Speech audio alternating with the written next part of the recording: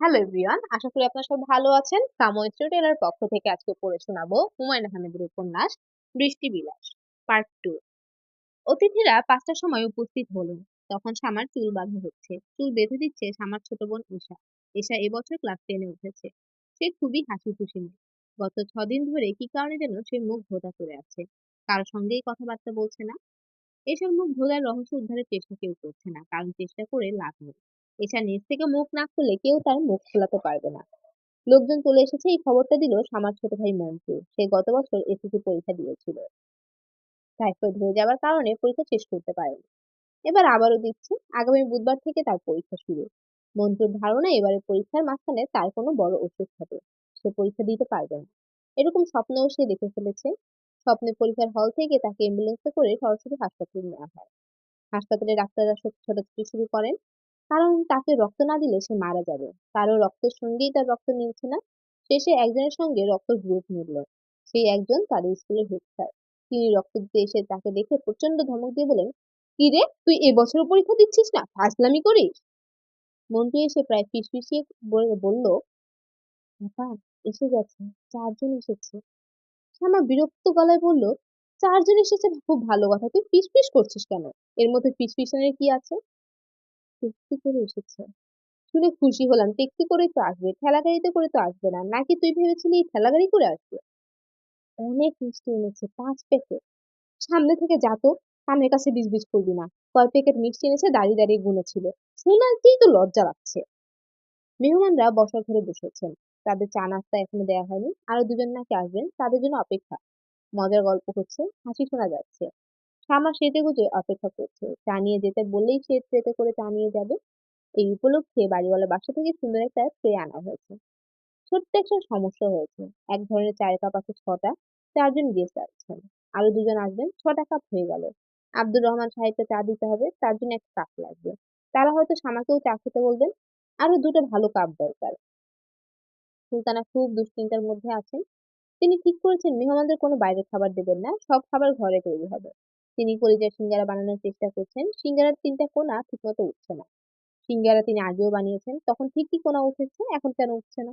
বিয়েতে কোনো অলক্ষণ নেই তো? আজ সকালবেলা থেকে বেশ কয়েকবার তিনি এক শালিক দেখেছেন। এক শালিকের ব্যাপারটা অনেকেই বিশ্বাস করেন, তিনি খুব করেন। ছোটবেলা থেকেই তিনি লক্ষ্য করেছেন, যতবার এক শালিক দেখেছেন ততবারই ঝামেলা হয়েছে। এশা এসে মাকে সাহায্য করার জন্য বসলো। এশার মুখ আগের চেয়েও গম্ভীর, চোখ খোলা খোলা, মনে হয় কেঁদে কেঁদে এসেছে। এসে কি হয়েছে কে জানে, এমন চাপা স্বভাব, ভয়ঙ্কর কিছু ঘটে গেলেও সে কিচ্ছু বলবে না, মুখ খুলবে না। সুলতানা বললেন, কি সমস্যা হচ্ছে দেখ না, সিঙ্গারের কোনা উঠছে না। এসা বলল, খেতে ভালো হলেই হলো, কোনা ওঠার দরকার নেই। দোকানের সিঙ্গারার লোকজন কোনা খোঁজে, ঘরের সিঙ্গারে খোঁজে না। সুলতানা বললেন, একটা খেয়ে দেখ। খেতে ইচ্ছে করছে না। তোর কি কোনো কারণে মন টন খারাপ? না।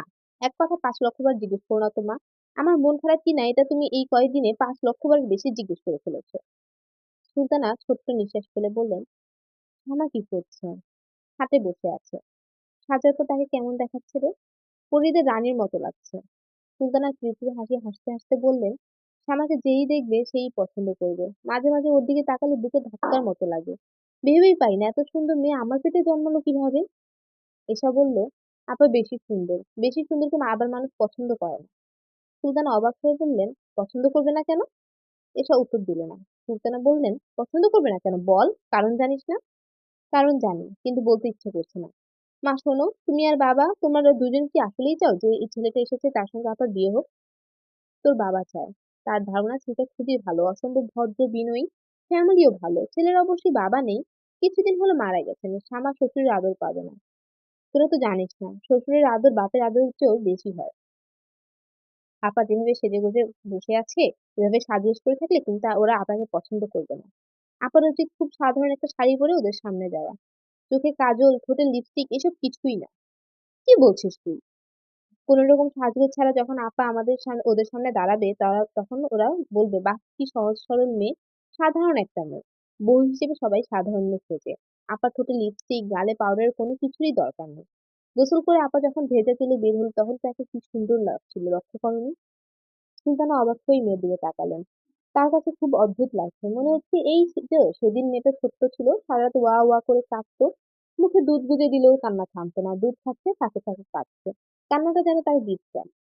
আর আজ এই মেয়ে গুট করে কি সুন্দর কথা বলছে। কথাগুলো মনে হচ্ছে সত্যি। এসা বলল, মা, আপাকে সাধারণ ঘরে একটা শাড়ি পরতে বলবে? বল। তোর বাবা আবার যেন রাগ না করে। শখ করে একটা শাড়ি কিনে এনেছে। বাবা কিছু বুঝতে পারবে না। বাবা খুব টেনশনে আছে তো। টেনশনের সময় কিছু বুঝতে পারে না। বাবা ভালো মতো আপার দিকে তাকাবেই না। মেয়েরা যখন বড় হয়ে যায় তখন বাবারা মেয়েদের দিকে ঠিকমতো তাকায় না। বাবাদের মনে হয় তাকাতে লজ্জা করে। সুলতানা ছোট মেয়ের কথা শুনে মুগ্ধ হয়ে গেলেন। এই মেয়েটার ভালো বুদ্ধি আছে। মেয়েটার বুদ্ধির খবর এই পরিবারে আর কেউ জানে না। শুধু তিনি জানেন। এই নিয়ে তার দুশ্চিন্তাও হয়। মেয়েদের বেশি বুদ্ধি ভালো না। বেশি বুদ্ধির মেয়ে কখনো সুখী হয় না। সংসারে যে মেয়ের বুদ্ধি যত কম সে তত খুশি।